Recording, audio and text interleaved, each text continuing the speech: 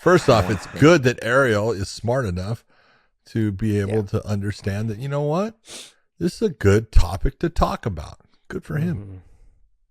Let's go. Let's hear it. Yeah. Can we hear it? Let's hear it. Yeah. Let me just turn my volume up here. Let's go. All right, buddy. here we go.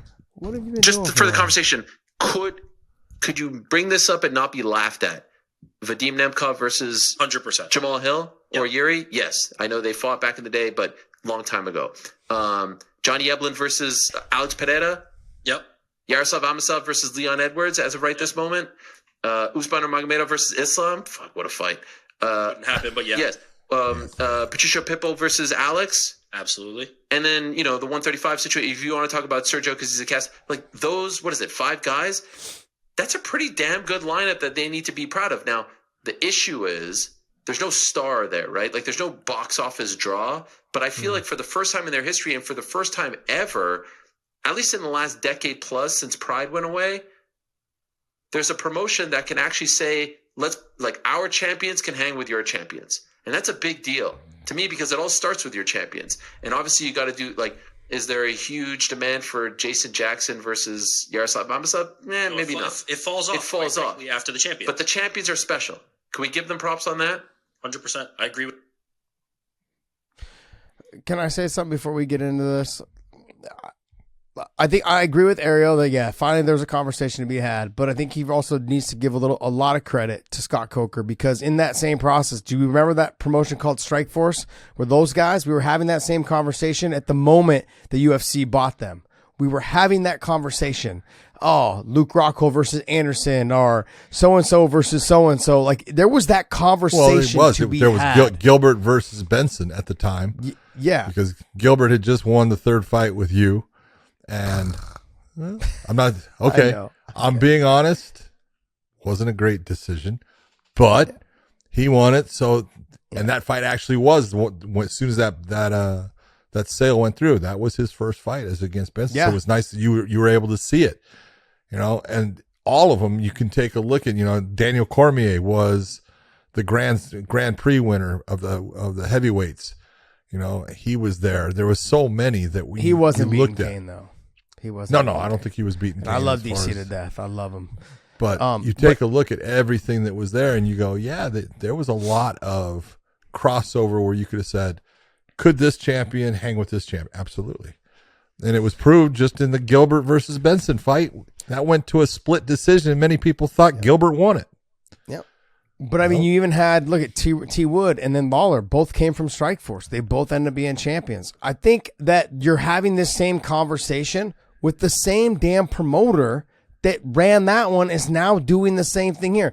And Rome wasn't built overnight. Everyone's like, oh, Scott Coker's fucking this up early when it was like, he's doing this, he's doing that. No, what he was doing was getting eyeballs on it.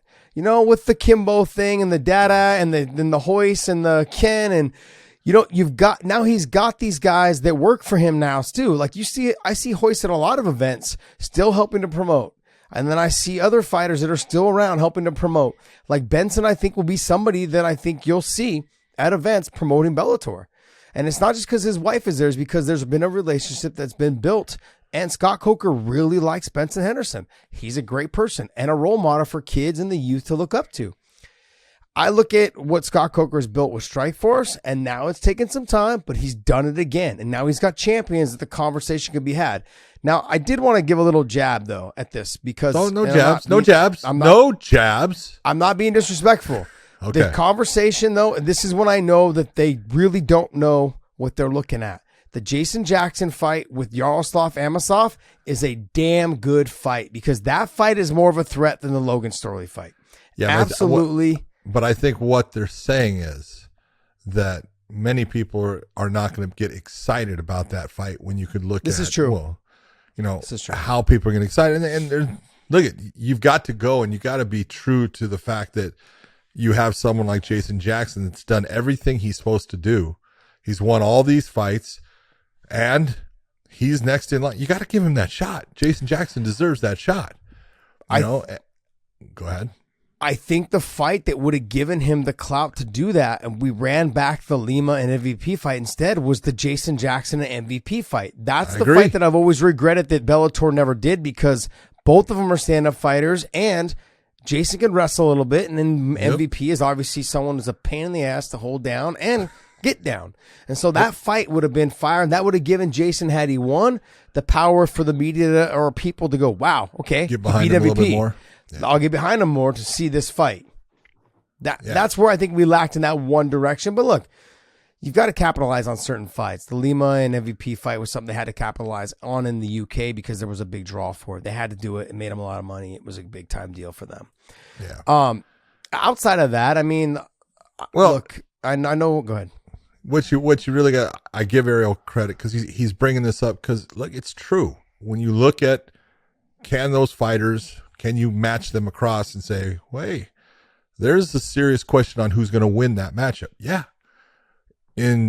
Right across the board in all the weight classes he's talking about. Now, the one thing that I will say that's, I apologize that I don't know who the two people he's talking to are, people from MMA fighting or whatever. But, the one thing that is funny is I think it was about 3 months ago when Ariel said something about, PFL is now, I think they're number 2.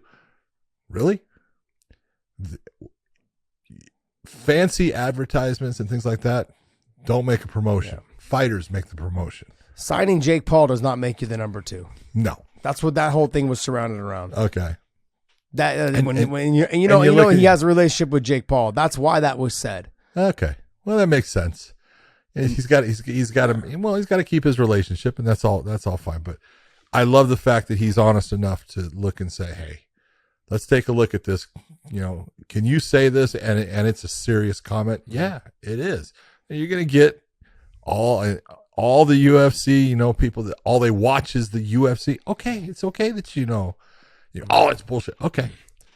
But the only thing I know is people in the know, the people that are there, the people that are doing the training, the people that see both, they all know. And the fighters know too. Yeah, like I think you and I get lost in the shuffle because we work for Bellator. People think that we're continuously being biased, and I'm being biased. And I have no reason to be biased. And I am 100% biased towards my friends, and I'm very open about that. Yes, okay? You are, and I love you for that. I'm not gonna sit up here and lie to you guys and tell you I'm not. If my boys that I've trained with or that I know are on that card, I'm gonna fucking say they're gonna win. That's it. You guys can say whatever you guys want. I don't care. Okay, like I said, I'm not media. John and I are here, just two buddies talking shop about fights, something we've lived for 20-something years. Him almost 50 years, but me 20-something years. Okay, but when it comes down to it, like I said, Ariel did the whole thing, a couple months back about, they were number 2. He wanted to keep his relationship with Jake Paul, whatever it was. He said they were number 2. That's a good point. I didn't even think of the whole thing with the relationship with Jake, so it makes sense. Which I do. I understand that. But I also want to give PFL some credit. There's some fighters on there that I wish that we could get to the Bellator. Oh, yeah. I like Ray Brother Cooper, man. I love him. Yeah, Brandon Loughnane, I love that guy too. Brendan Loughnane, I love that kid. Ever since I watched Brendan Loughnane, first time I ever saw him fight was in Russia. I was in Russia with him, and he broke his arm in the fight, and he still won that fight. And it was a barn burner fight. And I said, dude, I will watch you fight anytime. You are fucking fun. And he's got a great personality, man. He's got talent. So, I love that kid. I wish we could steal him from them. I wish. And then obviously I would love to have Kayla. I'd like to have that fight because I know you've got, we've got Arlene, we've got Katzengano, we've got Cyborg. I would love to see her fight those fighters.